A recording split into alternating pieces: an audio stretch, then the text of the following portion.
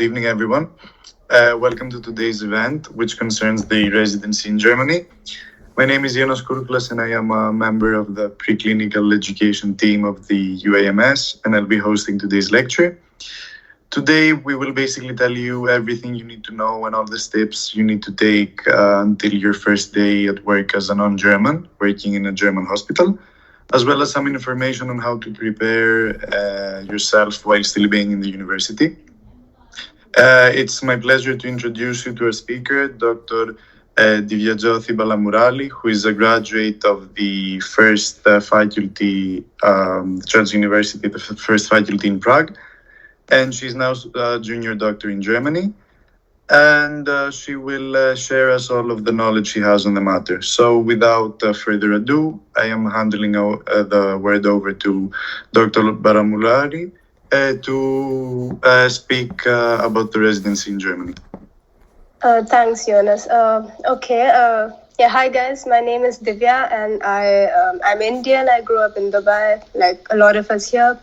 I started working in Germany 4 months ago, and I graduated I finished my exams in August of last year, and then I got my diploma in November, and took me like a year since I finished my final exams to actually get started, and I'll just be going over the process with you now. I'll start the presentation. So I'll be talking about the process, and I'll be talking about also the visa process for people who are in the same boat as me, who are not Europeans, so to say. Okay, so the order I'll be speaking in is, so first of all, I'll be talking about pros and cons, about learning German, and what you have to do in your university time to actually enhance your prospects of getting a job in Germany. So that's for the preclinical students. And afterwards, I'll be talking about the steps after graduation, which will be more concerning for the students who are in the clinical years or who have already graduated, maybe. So the first part is the pros of working in Germany. As you guys know, high quality of life. It is a European first world country, and good social system, healthcare, job security. If you lose your job, you have job rights, and you get Arbeitslosgeld, which is money which kind of helps you sustain yourself until you find a new job and things like that, and you can directly start your specialty training, which takes 5 to 6 years on average. But it's also easy to change branches in between. If you change your mind, if you don't like what you started in, you can always change. It's not like other countries where once you start in one specialty, you're stuck, or it's really hard to change. You have the e-logbook also, just like in other countries, and just one Facharzt exam, which is the specialist exam after the whole training period. You don't have a lot of exams in between that really assess your progress, so to say. But I think that's also a good thing because it's not so stressful. And it's easier to find a job in smaller cities. In big cities, it's getting much harder day by day, and there's an influx of a lot of foreigners, a lot of foreign doctors. But in general, your German speaking abilities say how easy you will find it to find a job. You don't have to do a lot of crazy extracurricular activities, no research. I was an average student in uni. I didn't have any A's. I didn't have a lot of extracurriculars. I had a few things, but in the end, I think it made no difference. The only requirement is some internship experience in Germany itself. So if you've done something there, and if you have an idea about how the system works and everything, and it's just something to add to your CV, and when you have an interview, they'll actually ask you about your experience in Germany. But the other experience doesn't really matter because a lot of people have experience, but when they come to Germany, it's like starting afresh. So we are not really at a disadvantage if we don't have any experience, I would say. It's easier to get into preferred specialty. Yeah, and you can find a lot of information on this website. There's a lot of Facebook groups, a lot of foreigners. Where I'm working right now, it's just, I think, like 90% of the doctors were all foreigners, and just it's a good environment. It's not that you'll be isolated or feeling like you don't fit in. And I think that's the case in all of the hospitals in Germany at this point. Since years, it's like that. So it's good, I would say. Yeah, as you can see here, there's just a chart of how many people choose which specialty. A lot of people go for internal medicine, allgemein medicine, which is general medicine, which is kind of the GP practice and things like that. Surgery is the third most loved specialty, and all the others come afterwards. But I think for us as beginners, it's just a good idea to start with internal medicine, because we learn about a lot of the basics of just basic things, electrolyte imbalances, just a lot of the basic things that really help us in regardless of which specialty we want to later pursue. So that's why I chose internal medicine, and I'm not interested in surgery, but it is relatively easier compared to other countries to start in surgery as well. Whether you progress or not in your career, that's another question, but it is easy to get started in surgery as well. Okay. If you guys have any questions, you can stop me at any time. Yeah. So the cons, of course, as you guys know, is everything is in German, reading, writing, speaking, and a lot of the people, even young people, they don't speak English. So you really need to be good at speaking German. And you can get started, but how you progress may be hindered by the fact that you don't speak really good German. It could be, it's a possibility, but as I said, there are a lot of foreigners. A lot of them are bosses and are consultants, and they haven't had any problems. But you really have to put in the hard work, just to make that clear. It's not a fast process or something that you can just do as a backup thing when you haven't found success in other pathways. I think you have to start early enough to do everything, and then you can really progress, and then you'll find it easy. The visa process is lengthy for people who are not Europeans. A lot of bureaucracy, paperwork, including translation. You have to get everything translated to German. Your Latin diploma, the Czech appendix, everything has to be translated into German. Expensive paperwork as well.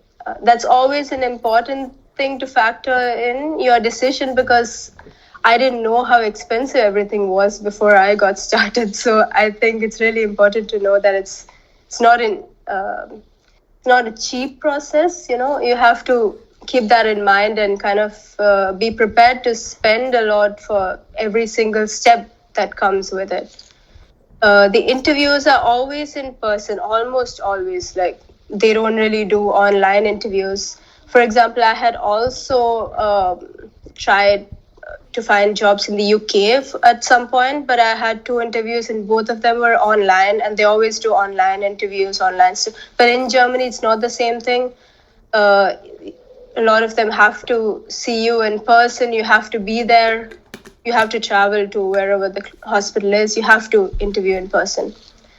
There is some discrepancy between the quality of training in different places, but they all have the same resources, the same technology, and the pay is also the same, regardless of whether you're in a big city, if you're in a small town, village. It's almost the same pay, and you have access to almost the same equipment and things you can do, things you can learn. Okay, maybe you won't have a stroke unit in one hospital, but you can always change your job after a year or 2 years, so that you can also get experience in a place where there's more stuff to learn.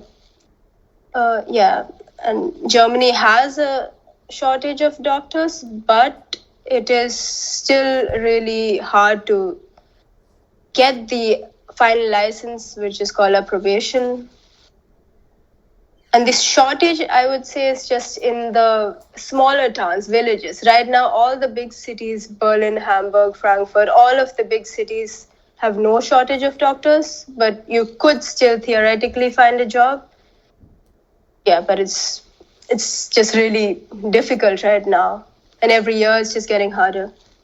So learning German, I would say it's a good idea to start learning as soon as possible alongside university stuff. I know it's hard. It was also really hard for me. So what I did was I started after my 4th year. So after I already finished learning Czech, we didn't have to do any Czech exams anymore. So I did in the summer and winter. Whenever I got breaks, I did intensive courses. The institute or where you learn from really does not matter. You can also do the first 2 levels, A1, A2 by yourself from books, videos. It doesn't matter. Because some of the institutes are really expensive and I just feel like it's not worth the money. From my own experience, I just feel like you can also learn by yourself initially, and then when you get to like a B1 level, you can join an institute, because B1 is where you really learn a lot of the grammar and you really need to consolidate what you have learned and start speaking and everything, So, for example, Goethe Institute, which is the most popular German learning institute. So I have it in the next slide. So Goethe Institute is really expensive. It is the most expensive. Of course, it's cheaper in different countries. For example, I did A1 and A2 in Goethe, India, but I did it online when I was in Czech Republic. But it was much cheaper than if I were to have learned it in Goethe in Czech Republic, or Goethe in Germany is even more expensive. But it's the exact same content. It's the exact same standard of teaching, but it was still not what I expected, what I wanted, because I didn't like the online teaching module system and everything. So I switched to another institute, which helped me and which was much cheaper and which helped me. So just try one out and then you can see how you feel. So I did A1 from Goethe, India, and then I did A2 by myself. B1, I switched to another institute. I had a very chaotic time with the learning process, but in the end, it really does not matter as long as you put in the hard work by yourself. You have to watch videos, you have to learn vocabulary, practice grammar, just do everything on your own, because in the end, it really doesn't matter which institute you go to. So if you have everything done, if you learn up to a B1 or B2 level, by the time you graduate, it's going to be much easier, especially if you have visa issues as well, because you have this time constraint because of the visa. Your visa runs out, you don't know what to do, you have to finish everything on time. So if you learn as much of the language as possible while you're still in university, it just makes the process a lot easier. So what you can do other than learning the language itself is getting some experience in Germany. So like I said, I grew up in Dubai. So I in my summers, I also did some internships or observerships in Dubai as well.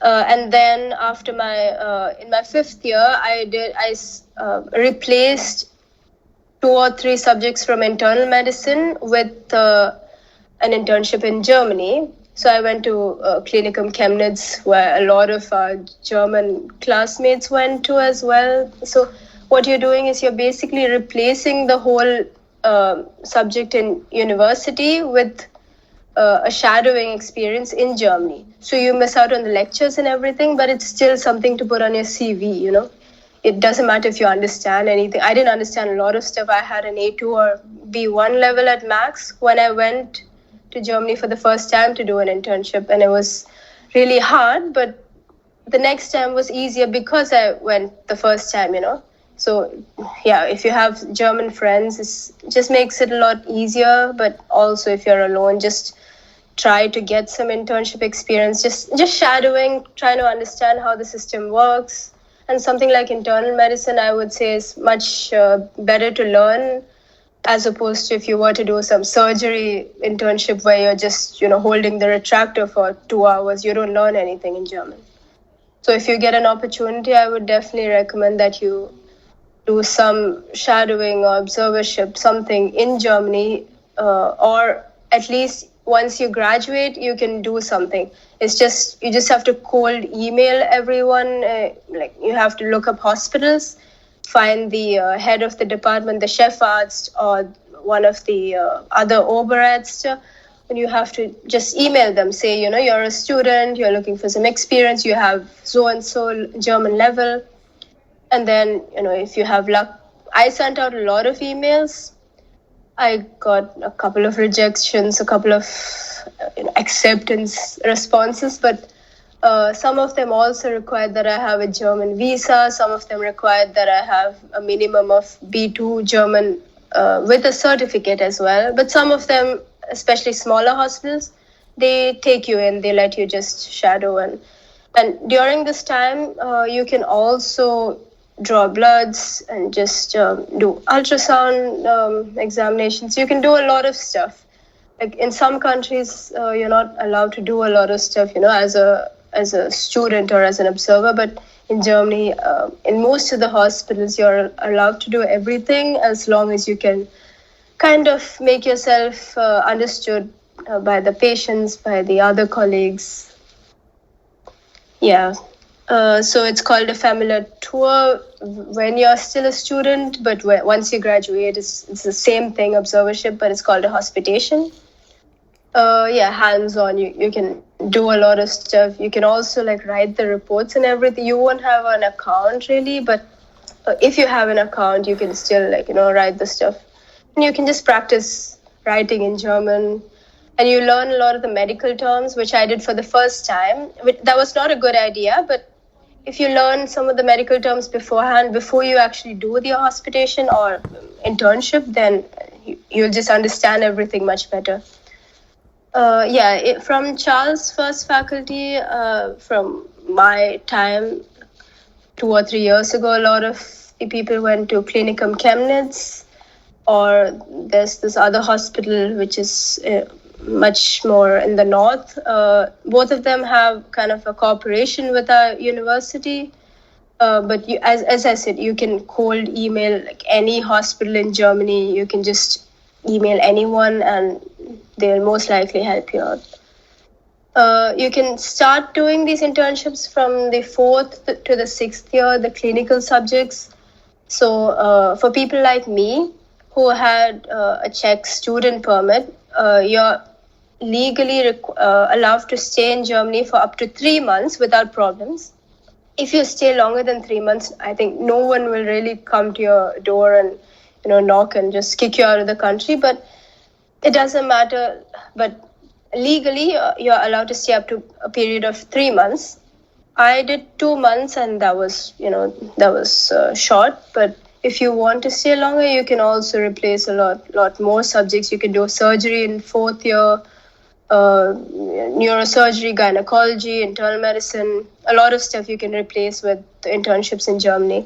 And you can also get it recognized from university. And I'm sure this is the case with all of the universities in Czech Republic, as far as I know. And they usually have free accommodation as well, all the hospitals, which is kind of a contrast to if you were to have done an internship in the UK or the US, for example, where you would have to pay for visa, for accommodation, and all the other extra costs. In Germany, it's much easier if you're already in the Czech Republic, and it's also a neighboring country. It's just much easier, And this Speakeasy Institute, this is the institute that I studied German from. I did B1 from this institute, and B2, half of B2 as well. The other half of B2 I learned by myself, but I found this institute helpful. As I said, you can choose any institute that you want. It doesn't matter, but in the end, you have to get your own level up to an acceptable level. Goethe Institute, TELC. So you can do the exams from these 2 different institutes, Goethe or TELC. And the difference is Goethe is more writing heavy. They focus more on writing, and I think they have more time allocated for the writing part, and just they emphasize your writing and reading skills more than TELC, which places more emphasis on your speaking skills. But TELC is also much cheaper than Goethe Institute, so I always went for the cheaper option. But I think Goethe institutes and exams are available in a lot of countries throughout the world. But TELC is, I couldn't find a center in Czech Republic. I think there is one, but when I wanted to do the exam, I couldn't find a center. But they have centers all over Germany, and they have a lot more dates in Germany. So if you can just travel, if you can just take, like, if you're already in the Czech Republic, I went to Berlin for my B1 exam, for example. Just one day, I just went in the morning, and then I did the exam, and I got back by evening. And I also did my other exam. My B2 exam was TELC as well, which I also did in Germany because I was already in Germany as well. Yeah, but Goethe Institute, you get your results faster. With TELC, so Goethe, it takes around 2 weeks to get your results. So if you're in a time crunch, maybe it's a better option. But TELC takes 4 to 6 weeks to get your results. So that's just for the normal language tests. I'll be talking about the medical language test later.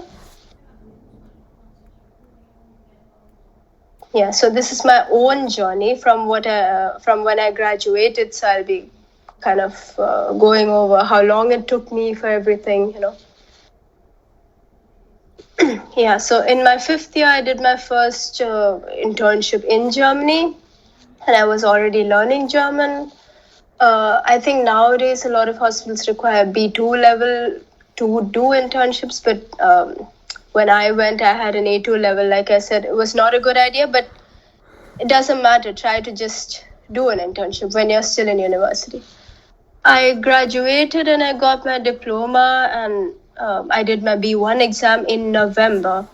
So I took 2.5 months off after I graduated, just to, chill with everything. And I mean, not after I graduated, after my last exam in my 6th year.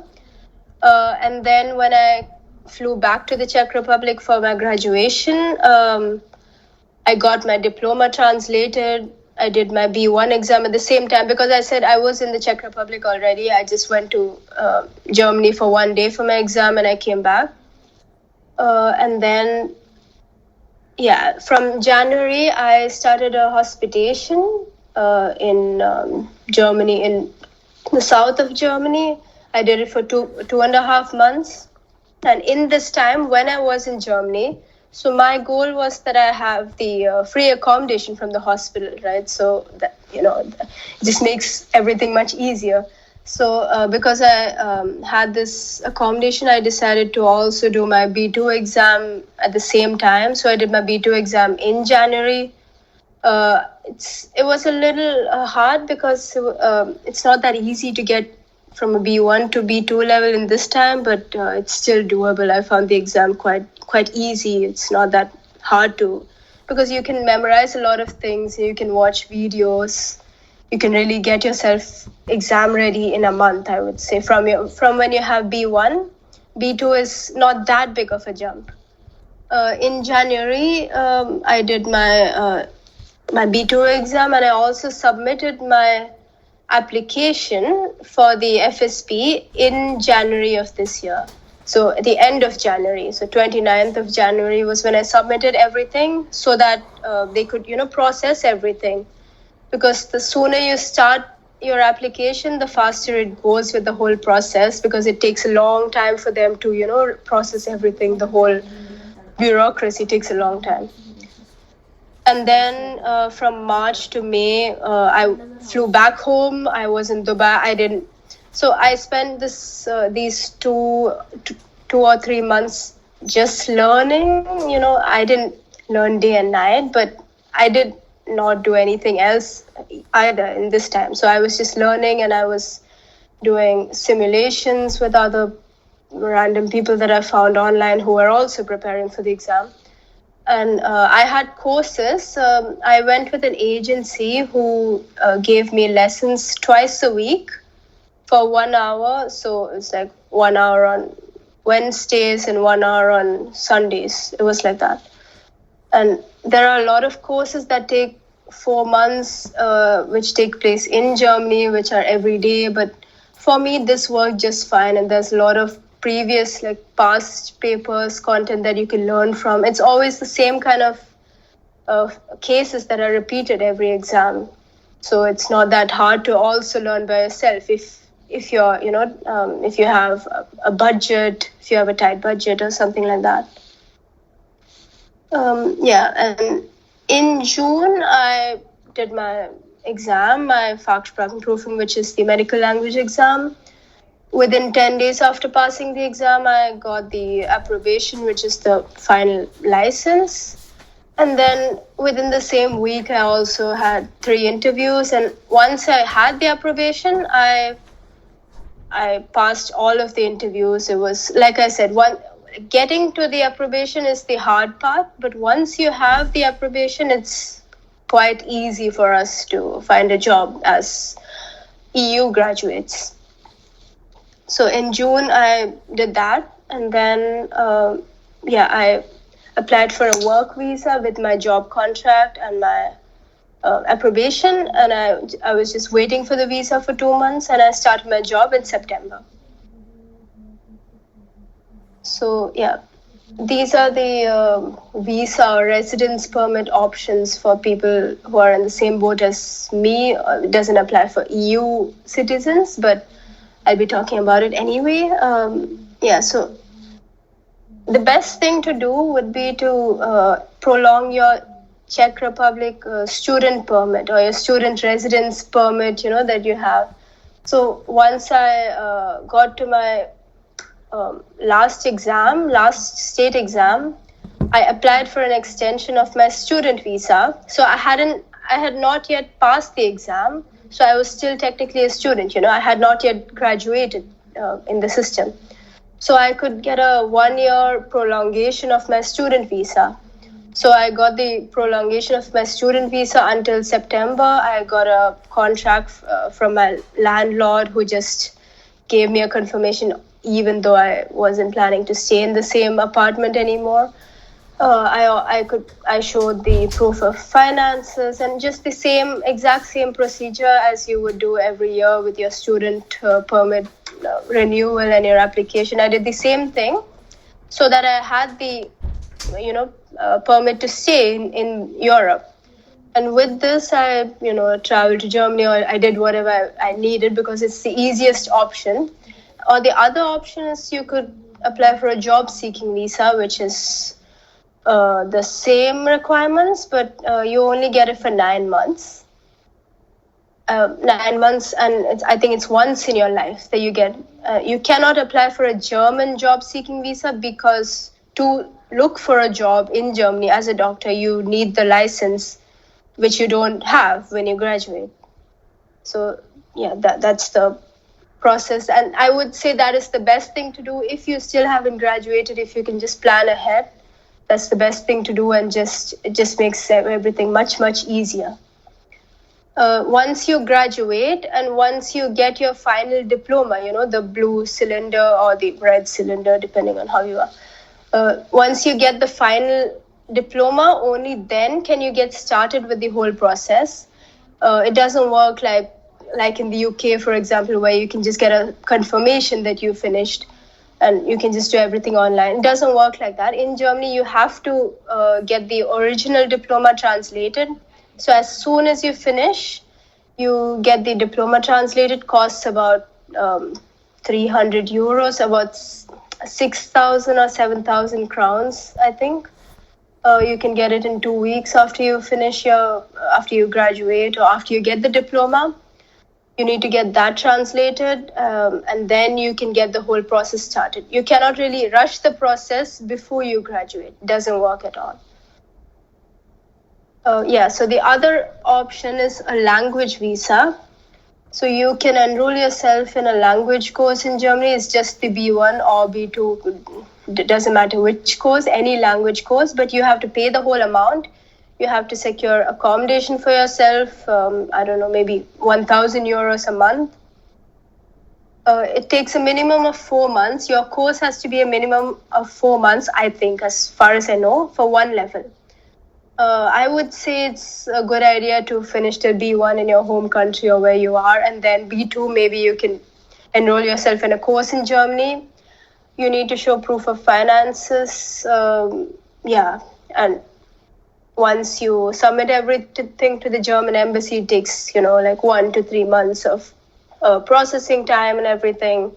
And then you can go for the language course. And once you are there for the language course, you can apply for the Sprachenprüfung and everything you can do afterwards. But you have a visa at least, because the main problem is getting a visa to go to Germany. And then once you're already there with a visa in Germany, it's easier to change the category of visa. But the main problem is getting a visa in the first place. You can get sponsored by a friend or a family who is a family member or a friend who is working in Germany. And this person will have to show that they take responsibility of your entire financial requirements in the time you're there. So if you plan to stay for a year, they have to sign this form stating that they will take care of all of your expenses. But I didn't have any family or friends, so I couldn't do that. The other option is it's called 16D visa. This is just specifically for us doctors. It's for the exam preparation. But I think the catch is that the minimum period is 1 year. So when you apply from your home country, you have to show that you have a minimum of 12,000 euros in a blocked bank account. So blocked bank account means that you cannot really withdraw the whole amount at once. You can only withdraw a maximum of 1,000 euros per month, so that it's just to make sure that you have some money left for every month that you're there. You have to show that you have enrolled yourself in a course for the exam preparation, and the course has to be in person in Germany, and you have to pay the full amount before you actually get to Germany. After you get to Germany, there are some options. There are some ways in which you can get a part of the money or the whole amount refunded. You can register yourself with the job agency and stuff like that. But before you get there, you have to really spend all this money to actually get the visa, to be approved for the visa. You may work part-time. I think it's about 20 hours per week with this kind of visa. But it can't be as a doctor, obviously. You can do like other jobs at McDonald's or whatever. The fourth option is what I did. You do the whole process while you still have the Czech student permit or the job seeking visa. And then, so the catch is you have to make sure you have the approbation and the job contract, everything, before your student visa runs out. And once you have, approbation and a job contract, then you can apply for a work permit in Germany directly, which is what I did. And like I said, my agency helped me out with the same thing, but it's the same exact process. They just submitted the same application I could have submitted myself as well. The fifth option is research visa. It's a different category of visa, which is when you have a research job. I didn't really do any research. I started a research project in university, but I didn't really go through with it. But I know that some of my classmates, they did some research work and they got jobs there. So once you have a job like that, you can get a research visa, and then you can, change the category of visa to like work permit or whatever you want after you get to Germany. And the sixth option is an opportunity card. So this is relatively new. It was introduced in March of this year, and I think you have to fulfill a certain criteria in order to, get this type of visa. So the criteria include things like minimum of B1 German, under 30 years of age, things like that. If you fulfill all of these, you can get this visa. As you guys may know, there are 16 states, if I'm not mistaken, and every single one of these states in Germany have different requirements, a different format for the test. It's kind of annoying because it's not standardized like in other countries, but it's still kind of standardized, and it's all kind of the same system. But I can give you examples. For example, in Bayern, I did my exam and everything in Bayern in the south. I did my exam in Munich, and we had 3 parts for the exam. But I've heard from other colleagues that in some states like Baden-Württemberg, which is also in the south, but just, a neighboring state, they have 6 parts for the exam, which is, it's a bit odd, but it's just the same stuff that you learn for the exam. It's the same medical terms. It's kind of the same format, but it's just a little bit, they just tweak it a little bit to be unique. I don't know. You just have to take that into account when you think about which state you want to go to. But like I said, the exam in places like Hamburg or Berlin, I've heard that it takes longer, and it may be a little more complicated just because a lot of foreigners go to the big cities, so if you start from... But Bayern, I've heard that Bayern goes faster, and that's why I chose it to do my exam. But once you get the approbation, you can look for a job anywhere, so it doesn't matter.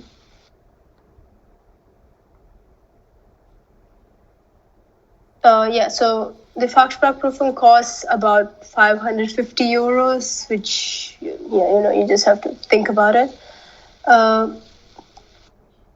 It's the only medical German exam we need as EU graduates.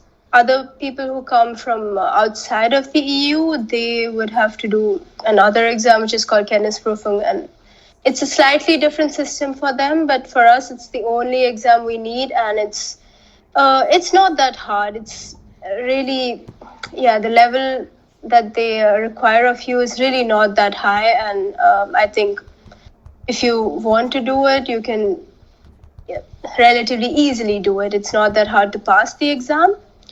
Maybe if you don't learn that well, you may struggle when you actually start the job. But the exam level itself is so I was at a B1/B2 level at the time when I did the exam, and I felt like the exam was quite relatively simple because we practiced the same kind of scenarios, same situations during the courses or with the people you do the simulations with, they're like people that you can practice with.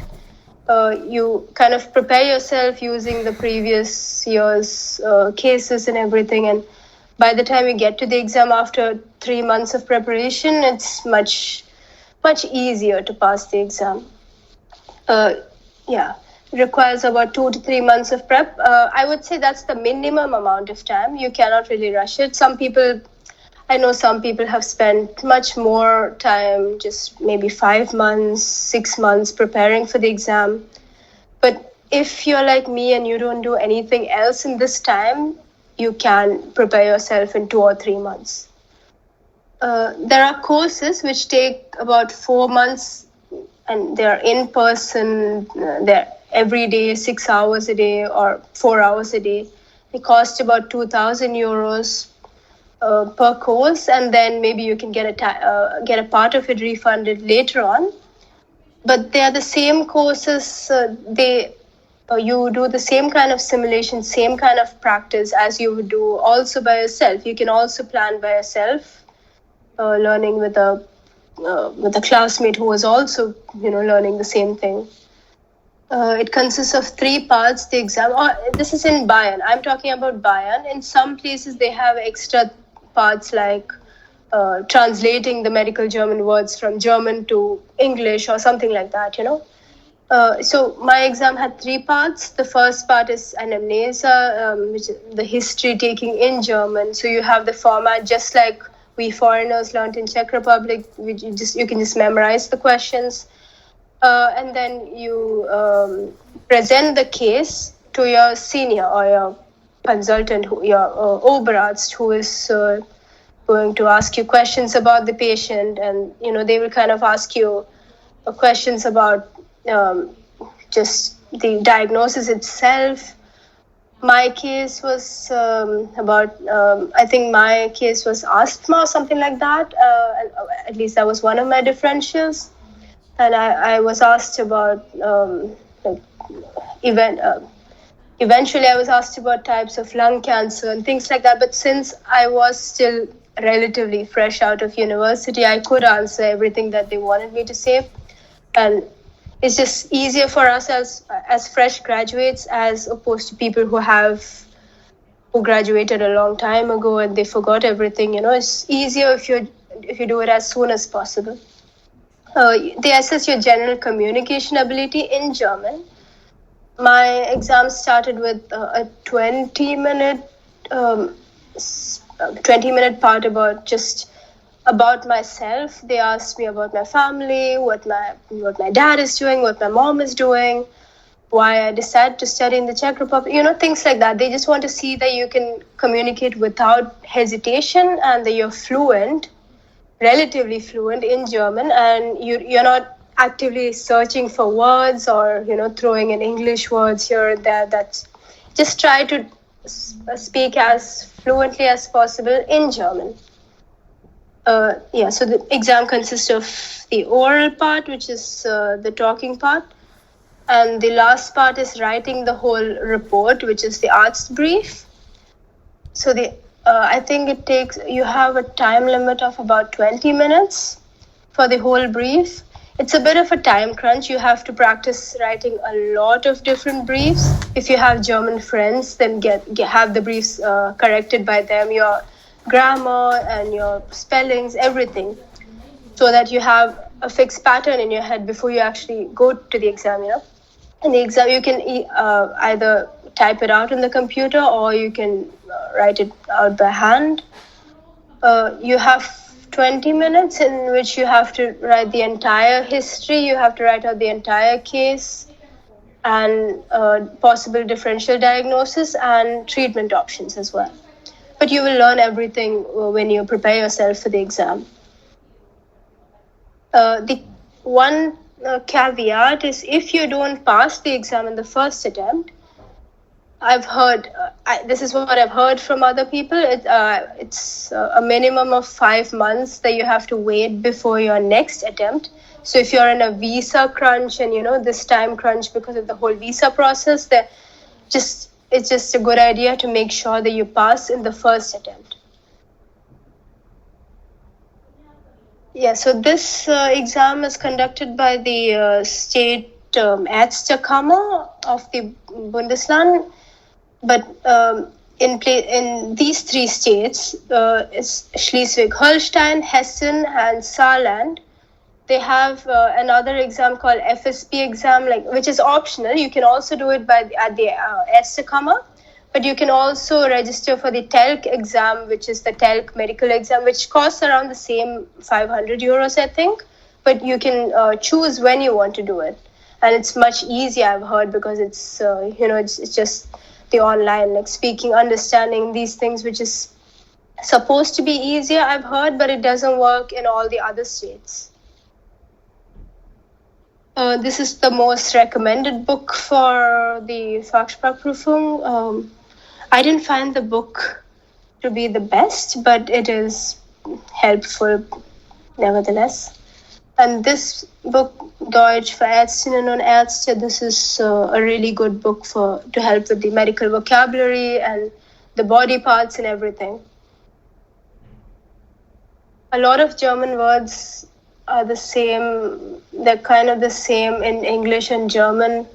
It's not like if you were to translate something from English to Czech, wherein there's a huge difference. So it's relatively easy to learn German up to a level at which you can work as a doctor.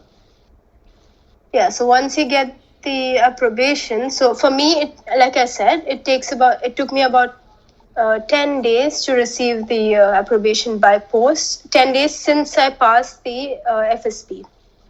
But for some people, I've heard that it takes up to a month. But, once you pass the exam, you can apply for jobs anyway. You can say that, you've passed the exam and you're waiting for the certificate any day. And, once you receive this confirmation, it's valid for life. You don't have to renew it or anything. Unless you do something stupid and you get it taken away, it's valid for life. And each of the other exam certificates as well, B1 certificate, B2 certificate, everything is valid for life, regardless of whether you forget the language. And to get this certificate, you have to pay another 200 euros after you pass the FSP exam. Yeah, so now I'll be talking about which documents you need to submit to apply for the exam. So I would say the minimum amount of time you would have to plan is 5 months before you plan to take the FSP. And there's really no way to rush this, maybe 4 months if you're lucky, but 5 months is the minimum amount of time. I know people who have had to wait a year before they actually did the exam. But once you submit the documents, it's a requirement that you attempt the exam at least once within 1 year of submitting the documents.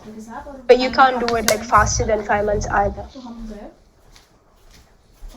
The first requirement is obvious, your ID, your passport, and your CV in German. So it's just a list of what you have done, where you have studied. It shouldn't have any gaps. You have to also talk about what you did in a period of a break period. You can say you had a holiday, it's fine, but you still have to mention it in your CV. And if you have a photo, and if you have your contact details, it's even better. You have to have your original birth certificate, and you have to get it translated into German if it's not already in German. Some states, I think Hamburg and Bavaria, they accept the English version, but I had to translate mine, and the one page cost me about 50 euros to translate. That's also a problem that I had. I was told that my birth certificate, which was from India, is not really valid in all the states right away. Like, not valid, I mean to say that they would have had to legally check it in some of the states, and that would have taken me another 4 or 5 months. So in the end, I only had a couple of states which accepted my Indian birth certificate. I don't know if this is a problem in all the states, but there are so many little problems that pop up like this. So if you just check everything at every step of the way, it just makes it easier. Translation of the original final diploma, like I said, and the appendix. Police clearance certificate from the place you have stayed in the most recently. So I was still in the Czech Republic. I went back and forth from Prague and Dubai, but they didn't know that, So I submitted a police certificate from Czech Republic, which I got from the post office. You get it right away. You just have to pay, I think, about 50 Czech crowns for it, and you get it directly in German as well. But if you have lived in Germany for 3 months or longer, you also need a police clearance certificate from Germany. Or if you have lived in another country, if you go back to your home country for a couple of months, if you've been there for 3 months or longer, you also need a police clearance certificate from there, as well as from the Czech Republic. You need a certificate of good standing, which is from the health authority in the country where we studied or worked. So for us who haven't really worked anywhere before, we get a certificate from the Czech ministry stating that we haven't really worked before in Czech Republic, but we don't really have any fines or problems. Costs about 1,000 crowns and takes about 2 weeks to receive it, and you can also choose to get it directly in German. So B2 certificate. Not all states require you to submit a B2 certificate right away for your application. For example, states like Bayern, they did not required that I submit a B2 certificate right away, because I had done my B2 exam in the same month as I submitted my application. So I didn't have my certificate yet, but I said that I can submit it later, and they didn't really ask me for it at all afterwards. So, but some states ask you to submit it maybe a month or 2 months after you submit the other documents. They say, like, this document is missing, and we would like you to hand it in as soon as you have it with you. And takes about 2 weeks from Goethe Institute if you've done the exam there, or 6 weeks, up to 6 weeks from the TELC examination center. Yeah. The next thing you would need in some states is a Ministry of Health certificate from Czech Republic. You don't have to get it in all the states. I didn't have to submit it, but in some states like Lower Saxony, Saxon-Anhalt, some other states, you would have to submit this, and you have to be there in Czech Republic to apply for this. The other ones, like Certificate of Good Standing, you can just email them and submit an online form, and then you can just get it by post. But for this one, this Ministry of Health certificate, you have to be in the Czech Republic. And the last thing you need is an address in Germany. When you submit the application, you need an address in Germany, regardless of whose address. But you have to have a contract or a confirmation stating that you live there. So I had an agency who helped me with it. So they said that I stay in this accommodation, and I submitted that. But if you have a friend or family member who has an apartment already, and they can kind of speak to their landlord and say that you are staying with them as well, you can, get that. Or the other option is to rent an apartment in Germany, which is not so easy when you're outside of Germany. It's not easy to find apartments in Germany, but it is still necessary because they send everything to your postal address in Germany. So everything comes per post. You have to send it in also from this address in Germany. So that is the biggest issue I had. But if you sort that out early enough, you can get it done. Yeah, so that's all I had. If you guys have any questions, you can ask me now. Did you apply for any work permit from Czech Republic or within Germany? In Germany. I applied directly in Bayern, where I did my exam, and I showed that I had my Czech Republic student permit, and within 2 months I got a temporary work permit. So you were allowed to stay there without a visa? Because I got a temporary visa, like a bridging visa in this time. Okay. Hello, I'm sorry. Is it possible by any chance to tell us the name of the agency that helped provide you with an address in Germany? I can. You can contact me, my personal email or Instagram. Maybe I can share it later, and I can share the contact with you. Okay, thank you. Yeah. Any other questions? Or any doubts in general? Yeah, there are a few questions in the chat, I think. Just a minute. Okay, there's a lot of... okay, so which hospital did you do your hospitalization in? It's called Clinic Cushing. It's a tiny hospital in Bayern, but there are so many different small hospitals that take you without a B1 level. And the other, so I did two hospitations. So one was called Chemnitz, which is near Dresden, and the other one is in Bayern. If we give the last exam while our extension is in process, does the renewal process stop? No, they don't really find out about it. I've heard that they find out about it and they kind of, cancel the process, but it doesn't happen. No one really cares that you're finished. I had my residence permit for a year after I graduated, so like nobody cares about it. Is it possible to do the FSP exam even before having given the B2 exam? No, it's absolutely not possible, because to apply for the FSP, you need to have your original diploma and the translation and everything. So you can't really speed up the process before you can't even submit an application before you graduate. You have to graduate, and it's also a good idea to think about your university exams first and not do everything at once, So that's not possible, but if you do it one step at a time, it goes relatively fast.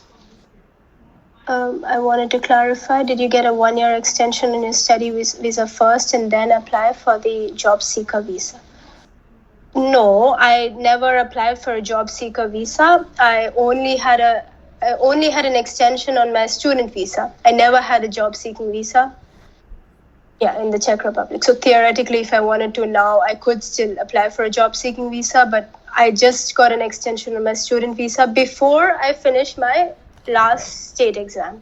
Because once you finish, you're out of the university and you don't really qualify as a student anymore. So before you finish your exams, if you just start the application, the extension process, it doesn't matter like what happens afterwards, But you say that you're still a student, you want to extend for a year, and you can also ask in your study department if they can give you like a confirmation that you're still a student for a year, and most of the times they do give you a confirmation, and it's easy.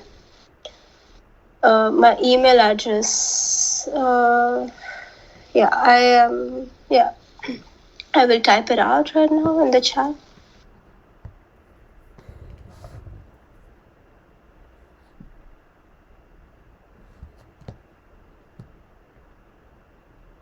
That's my email address, and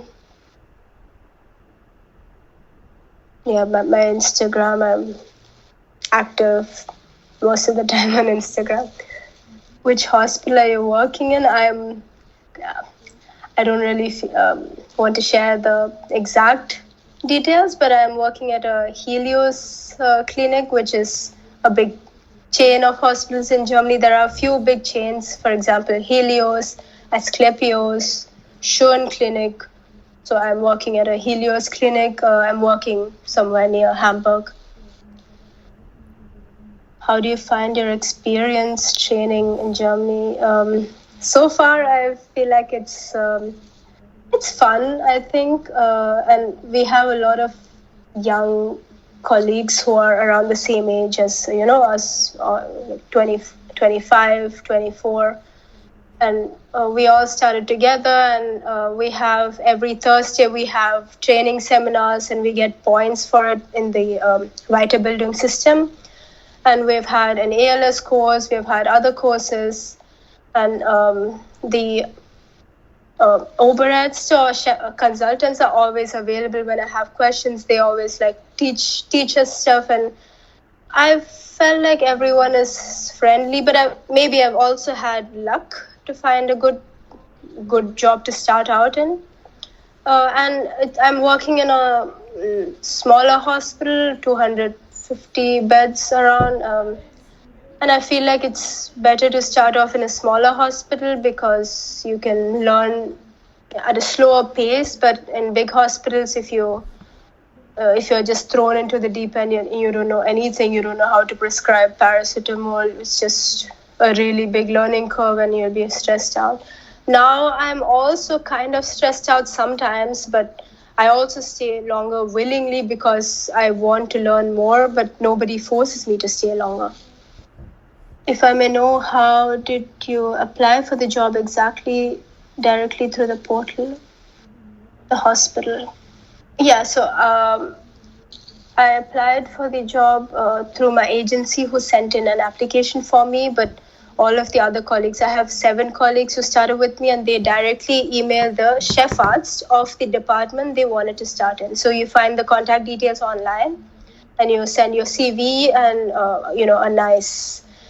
a nice letter why you want to work in the hospital, what you have done before, what makes you motivated to work there, how long you've been in Germany, things like that. And they will invite you for an interview. And most of the time, if you speak good German and if you say that you have some experience, shadowing or observing in a hospital setting in Germany, they will take you in. Like once you have the approbation, I mean.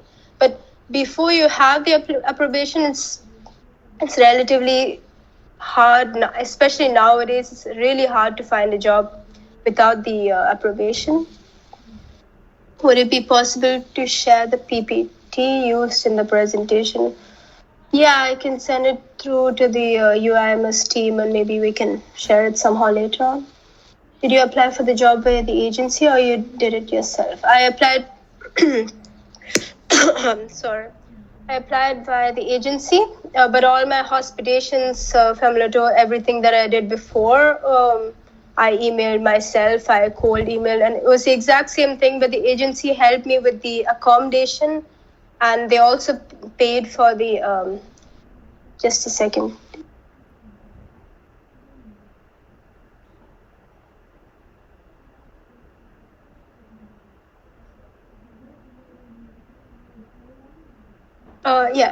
Sorry for that. So I applied for the job through the agency because I was in a time crunch. I only had the student visa until June. So June 14th, I did my FSP exam, and I had like 2 weeks before I had to fly back home and out of the country, So I told my agency, and they found 3 interviews for me in 2 days.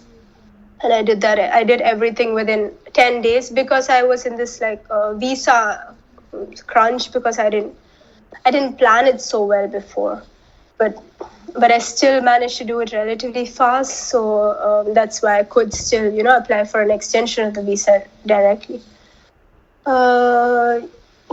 Would you recommend getting a BLS or ALS certification before applying for job? No, it does not matter at all in Germany. BLS, ALS, nobody cares about it.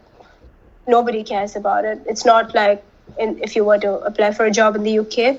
And anyway, like I said, we do have free ALS courses provided by the hospital most of the time. It doesn't make any difference to your application, and especially because what you do here, everything is going to be in Germany, in German. So it could be a little hard to get used to speaking in German the whole time, but once you start working after 2 weeks, it kind of becomes routine, and you can just get the hang of it. Could you share how much the agency costs? So the agency that I went with, it doesn't cost me anything. So how it works is they get a commission from the hospital, because the hospitals are actively looking for doctors, because they have a shortage of doctors. And how it works is, so if I work at the hospital for a period of a year, for example, the hospital pays the agency a commission. So I don't have to pay the agency myself. They pay for my exam fees while I'm in the process. But once I started working, once I started earning, I had to pay them back the exam fees and the approbation fees, which is the 550 plus 200 euros. Did you do the hospital? But the agency also helps you with the translation of documents and everything if you need it. But I already did it in the Czech Republic because it's much easier to find Latin or Czech translators who translate to German in Czech Republic as opposed to your home country. Yeah. Did you do the hospitation after you graduated? Because I heard that your hospitation is only for 6th-year students. I didn't understand that question. Could you please clarify a bit? Hospitation is only for 6th-year students? Hi, I asked the question. I have information that the Fambulatur is for students that are not yet in the 6th year. But for example, the practicum and the hospitation are for the ones that are in the 6th year. So in your presentation, you had talked about it, that you did the hospitation after you had finished and you were graduated. So I just want to know if that's possible or not. I was just confused. Yeah. So 6th year or whichever year you're in, it does not matter. As long as you're in uni, you're still a student until you finish your state exams. Your last state exam, the day you finish, until then you are still a student. And if whatever you do in this period is it's just a difference in the names. It's called a famulatur, and whatever you do after you graduate, after you finish the last exam, is called a hospitation. But you can do the exact same things, but it depends from hospital to hospital. For example, the hospital which I did the hospitation in, they let me do everything. But the hospital where I am working, we have also a bunch of hospitants here, but they're not allowed to do anything because, it just depends on the Chefarzt. I see. Thank you.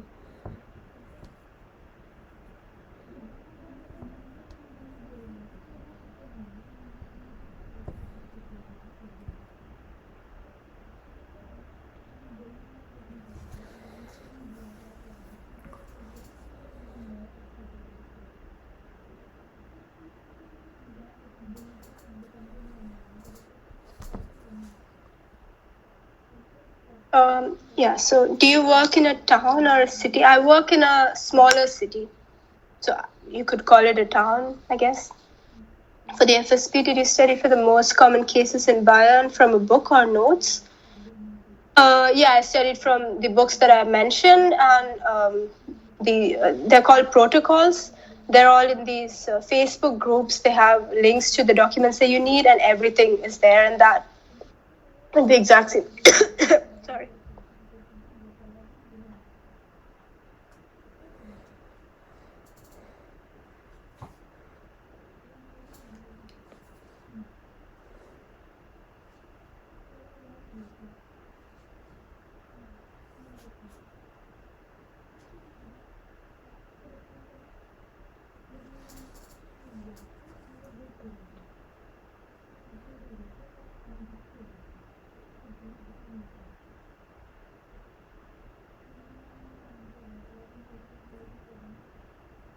Sorry about that.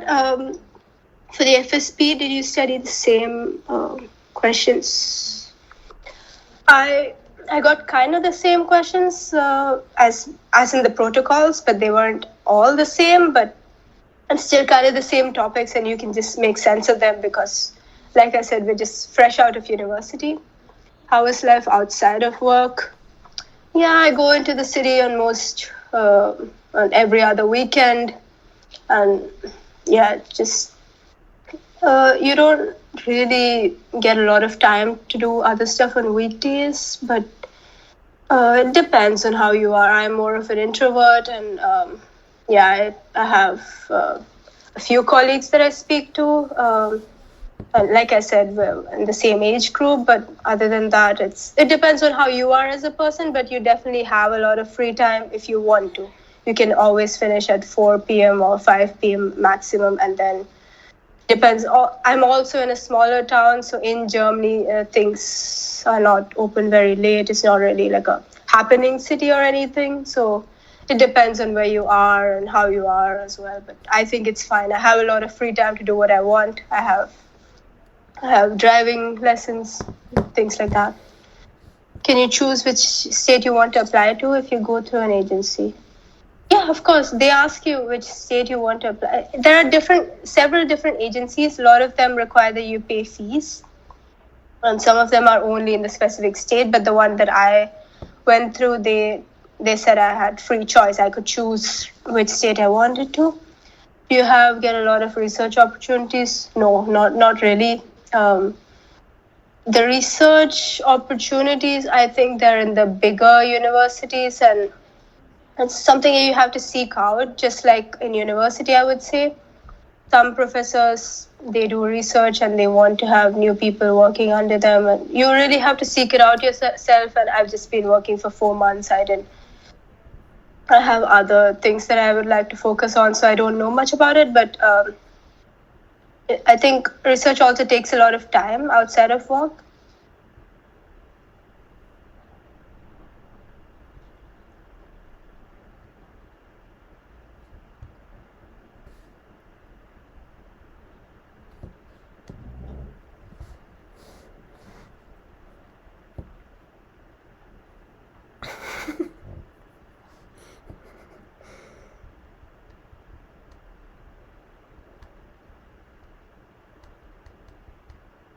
One other question is, you mentioned as soon as you submit your papers, you need around 5 months to do the FSP. Yeah, it is due to the bureaucracy. So once you submit the application, you have to wait around a month to reply, for them to reply to you, and then they tell you, if you have all the documents ready or not, and then they give you like a choice of which month you want to do the exam. So I chose May or June, for example. And then if you're lucky, you get a date in the same month, but you don't know when your date is any sooner. You get to know your date about 2 weeks before the exam. So as soon as I got to know my date, I booked my flight back to Germany. But everything takes time because of the whole process wherein you have to wait for responses from them. You have to send everything by post. They have to receive the post. They have to, process it. You cannot apply to multiple states at the same time. It's not legally permitted. You can only do one at a time. So if you do one, you're stuck. You're kind of stuck in that. It's really hard to change states later. There are people who have done it, but the changing process takes about 5 months or more maybe, and it's really it's complicated. So when you choose a state, just think about it well. Is it easy to make friends? Like I said, depends on the kind of person you are and how your language is. How long are the FSP preparation courses through the agency? My agency had this thing where you could just start whenever, and like it was individualized, and we were in a group, but people came, people went, like some people were there for a year, some people just stayed for 2 months. So we didn't have like a fixed course, but we repeated all the cases at least once in the 3 months that I had the courses.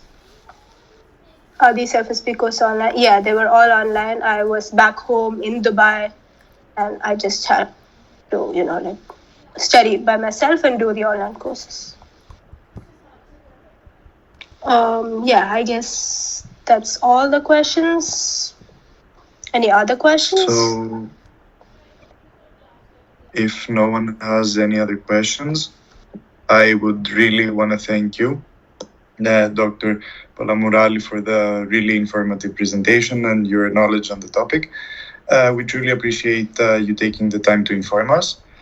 And I wanted to tell everyone that this presentation is being recorded, so we will upload it in Medals. Whoever wants to have a look at it again can easily access Medal and look at it.